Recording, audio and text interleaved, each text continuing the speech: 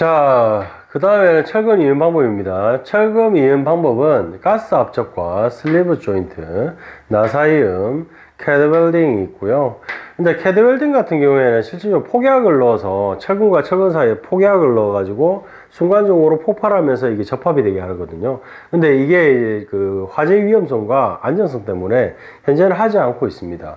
가장 많이 하고 있는 게 나사시음 커플러를 넣어가지고 하는 것들이거든요.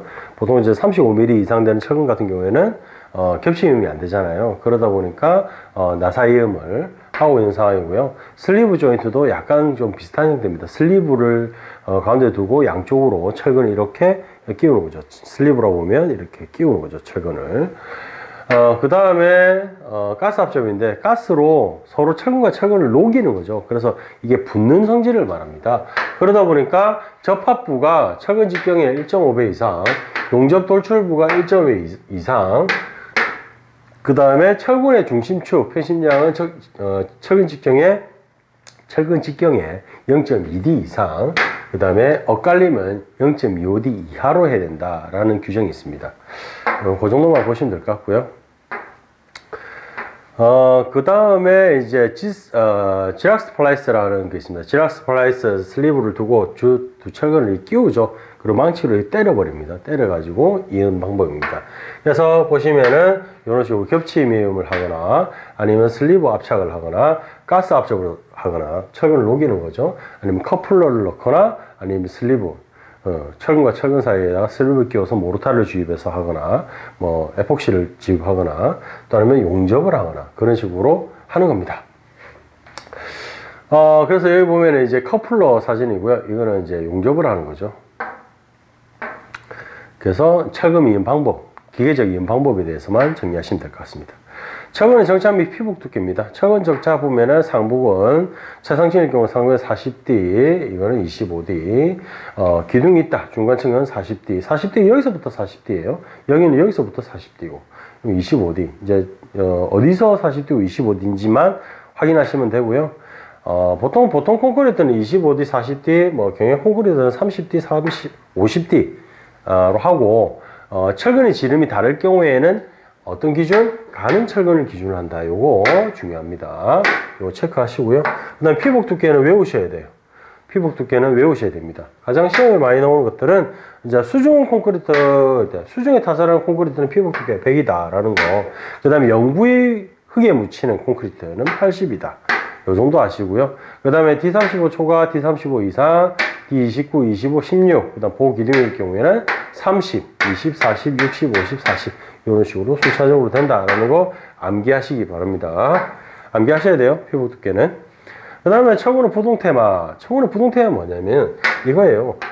철근이 있으면 이 철근이 콘크리트를 타설하게 되잖아요. 그러면 콘크리트를 타설하게 되면 철근 주위에 이렇게 막이 생깁니다. 이게 뭐냐면 철근이 부식되는 것을 방지하는 겁니다.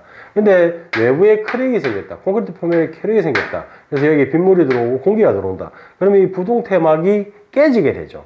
깨지게 되면서 철근이 이렇게 부식이 되면 팽창을 하게 돼요.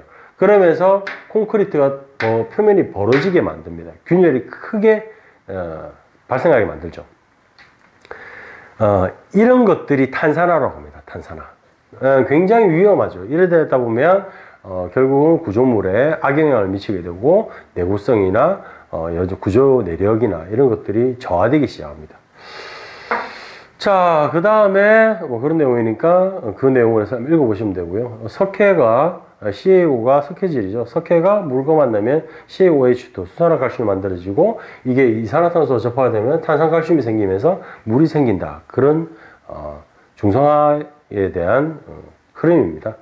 철근을 방청하죠. 그래서 철근을 방청하는데 철근을 어떻게 하냐면 피막을 하게 되는 거죠. 합금을 하거나 아니면 에폭시로 피복된 철근을 쓰기도 합니다.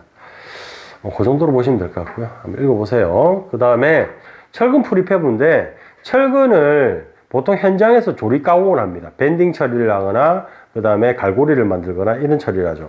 그 다음에 보에 들어가는 철근을 조립하거나 그러는데 이거를 현장에서 안 하고 공장에서 미리 생산을 해서 제작을 해 옵니다.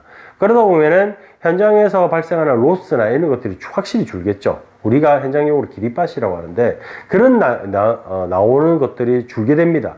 그러다 보면은 철근을 절약할 수도 있고 어느 정도 정밀도를 알 수 있어요. 그러나 이게 현장마다 쓰이다 보면 현장마다 오차가 발생하게 돼요. 그럼 오차를 조절하다 보면 철근이 좀 더 들어가게 되고 덜 들어가게 되는 경우가 생깁니다. 물론 더 들어가는 경우가 많아지죠. 그러다 보면 이걸 또 수정해야 되는데 수정이 어려워요. 그러다 보니까 소규모 현장에서는 보통 현장에서 조립 많이 하고요. 대규모 현장인데 그 대규모 현장에서 크게 오차가 생길 우려가 없는 부분들은 보통 프리팹을 다 합니다.